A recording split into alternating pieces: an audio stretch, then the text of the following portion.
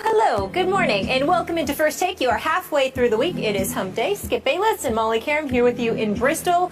Stephen A. joins us from San Francisco. Gentlemen, what's the good word? What's going on? How y'all doing? The Golden Gate behind you. I like that. San Francisco? What? Worldwide, Stephen A. Well, my services were requested, Skip. I'm out here hosting an event tonight in Walnut Creek with the great Joe Montana. Well, say hello for me, if you would, to the greatest quarterback who ever played. I will make sure I do that. Yes, sir. Big time over here. Yeah. We appreciate it. We've got a lot to get into today, some really hot topics. Coming up, why does Floyd Mayweather always have to defend his greatness? We'll share his latest comments and if they're necessary. Plus, by now, most of you have seen the high school football players who targeted a ref. But now we have new information, and there's a whole other angle of this. We want to get you guys up to speed and to react. But first, we kick things off with Brandon Marshall, who on Showtime's Inside the NFL last night, and the topic of conversation was Deflategate in the battle between Tom Brady and the NFL. Here's what Marshall had to say. I think that there's three different types of players' view in this thing. Number one is the fighter. I think there's guys that's in the fight with Tom. The second is cowards. I call them cowards. That's the guys that are afraid to face Tom Brady. They want him suspended. I don't believe in that. And the last type is the race card. There are a lot of players out there that believe that white players, specifically at the quarterback position, are treated differently. It's not just African American players. I've had this conversation with Caucasian players as well. The most important part of this whole discussion is for the process for the players. They just want the process to be fair and right. They just want to get it right. Marshall never holds back, Stephen A. What's your reaction to those comments? My reaction to it is that I think it's unfortunate. And the reason I think it's unfortunate has nothing to do with the veracity of his comments. He certainly makes sense, and he's absolutely right when he talks about the fact that there are a plethora of African Americans within the sport of football and those connected to players playing in the National Football League who happen to be black that absolutely positively feel that way. But that's just a microcosm of society. I mean, who you tell me you go on the streets anywhere in the United States of America and you locate a black man that does not believe that the rules are applicable in a different fashion to him compared to that of a white male. I'm trying to tell you, you'll be hard-pressed to find one. That's just not reality. Everyone recognizes in the United States of America, particularly when it comes to white male, that there's a different standard upon which they're held. So when you look at it from the perspective of what what Brandon Marshall is saying from a macro perspective, he's absolutely right. But Skip Bayless, the reason why I would label it unfortunate is because at the end of the day, if you're working there for Showtime, if you are a football player within the National Football League and you happen to be black and you use the Tom Brady analogy to bring up racial disparity, it simply doesn't hold water. And these are the kind of things that hurt us in terms of addressing the issue of inequitable treatment because it simply makes no sense and it doesn't hold water. When you look at Tom Brady, you're talking about an individual that is being pursued by Roger Goodell in terms of a suspension because of deflated footballs.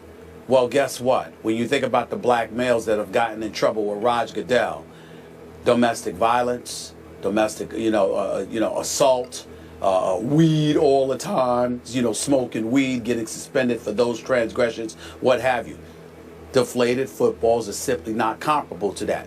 Now, I do understand that Brandon Marshall didn't mean to bring attention to Deflategate and compare it to what he was alluding to in terms of bringing those comparisons into the equation.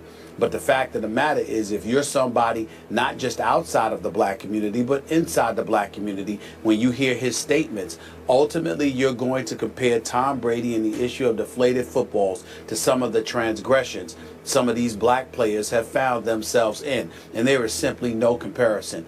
Deflated footballs or not, Tom Brady has been a model citizen. He has been an ambassador for the National Football League. His integrity, the way that he lives his life in terms of his quality of life, how he conducts himself as a law-abiding citizen, he doesn't even belong in the same sentence as the Ray Rices of the world, the Greg Hardys of the world, and others. He simply has no place being drawn, having his name thrown in there. and by Brandon Marshall making the statement that he made. Although from a societal perspective, there isn't a black person worth their salt that can even remotely deny the veracity of his comments, this was a bad example to use it from. We're talking about Tom Brady here and the issue of deflated footballs. When you talk about the fact that, you know what, whether or not somebody black would have gotten away from this and all of that other stuff, it makes absolutely no sense in this argument whatsoever, because the black folks that have gotten in trouble in the National Football League, it hasn't been for deflated footballs. It's been for, some would say, violent crimes. That is the difference. And I think that his comparison was misguided in this particular situation. As you know, I always defer to you when it comes to this matter on this show. I had no idea which way you were going to go, so I tried to open my mind and listen to every word you just spoke. I hear where you're coming from. Now, again, I'm going to look at it a little differently here. And I'm with you on your societal perspective. I get that. Now, I'll speak as a white guy here. Obviously, in the biggest picture, are there racial undertones to lots of interactions that take place every day in this country between white people and white people and white people and black people? Yes, there are still racial undertones. We know that. Okay. I accept that. I try to fight that, but I accept it. Now, back to this. This was a strong statement that our guy Brandon Marshall made, and I'm a big fan of his personally. We've talked about him. I like him very much personally. I appreciate the struggle he's had and how far he's come within his own personal struggle. But this was a bombshell that he dropped. And when you drop that bombshell, you need to be able to back it up and defend it.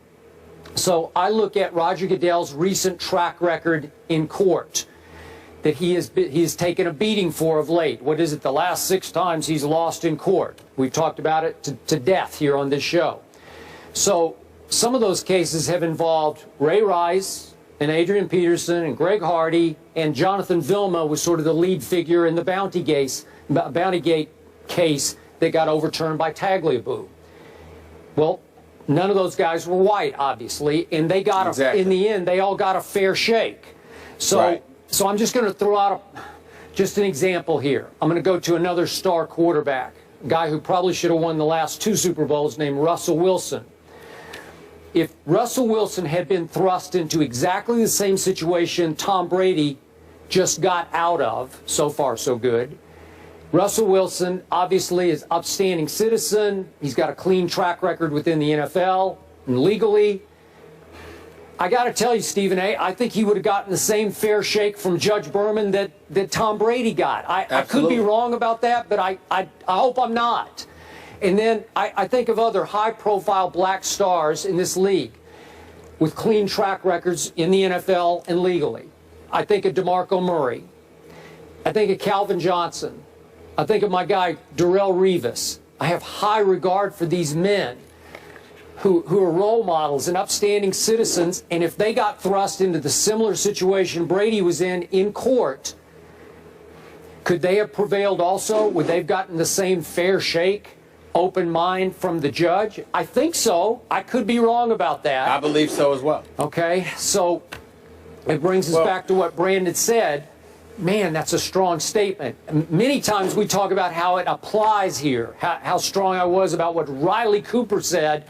He should have been cut the next day for what he... That's a whole different situation than the one that's operating here. Well, allow me to interject. Okay. First of all, if I wasn't clear, I apologize, because I agree with every single word that you just said. We have no disagreement. As a matter of fact, that's the point that I ultimately was trying to elocute. The fact is that Roger Goodell has gone after white players. He's gone after black players. When he suspended Sean Payton for the year as the head coach for the New Orleans Saints, last time I checked, he wasn't black. When he suspended Greg Williams indefinitely, the defensive coordinator in Bountygate, last time I checked, he was not black. When you see them sitting there going after the New England Patriots, Robert Kraft, his friend, Bill Belichick, the confiscation of a 1st and 4th round pick, those are not black individuals that represent the face of the New England Patriots franchise, and certainly has he been in tireless pursuit of Tom Brady. Tom Brady doesn't happen to be black as well.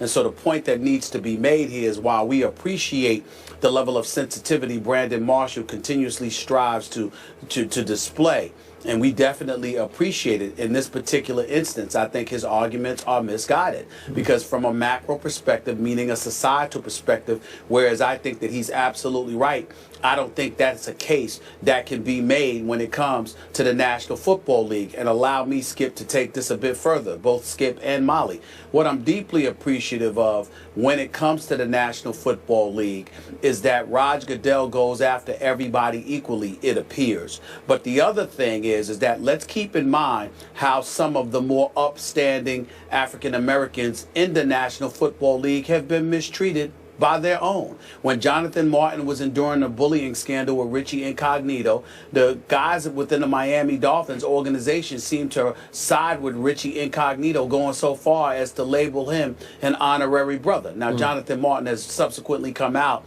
and conveyed some of the issues and problems that he's had since childhood, and we all have respect and sensitivity towards that. But it doesn't negate the fact that some of his quote-unquote own turned against him. When you look at it from that perspective, that's a problem. What about Russell Wilson and people in Seattle allegedly claiming he wasn't black enough? Well, who the hell gets to make that call? He's an upstanding citizen. He's an upstanding young man. He seems to be a pretty cool brother to me. He's a high-end producer. He's guided them to 2 straight Super Bowl appearances and 1 Super Bowl title. But people will find excuses to find things wrong with him. Those were not white people. Those were black people. Yeah. And so when we look at it from that perspective, we have an obligation, at least I feel I have an obligation, to highlight the fact that far often than not, you know, the few guys that have acted up, they're not representative of the vast majority of black men, not only in the National Football League, not only in professional sports, but in our society, who actually know how to act like they have some damn sense, who actually do behave themselves and conduct themselves like civilized, model citizens. And a lot of these black professional athletes are incredible, incredible role models. The few that act up stain us as a community and give the impression that the problems are far more insidious than they may actually be. So Brandon Marshall saying what he said, again, he picked the wrong case to make that argument, because all it has done is highlight the discrepancy between Tom Brady and the black dudes that ended up acting up. Yeah. He picked the wrong argument. He picked the wrong guy. He picked the wrong day to do this. He's wrong on this.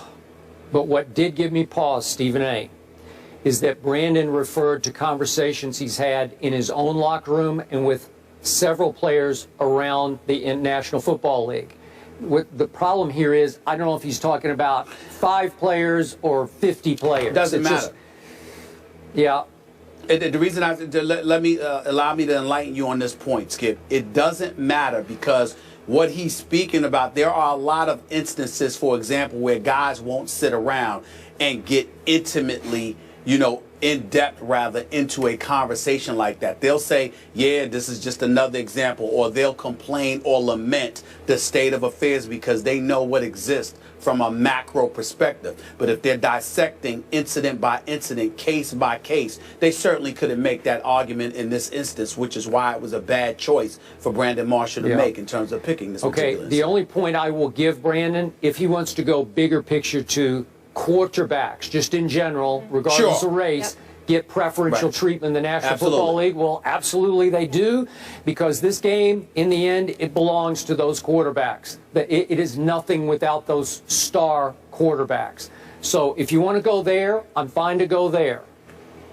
Gotcha. Yeah, and I don't think that one's going to change. So to surmise, we both here, both of you guys understand his comments, appreciate his comments, but not 100% on board with this particular argument.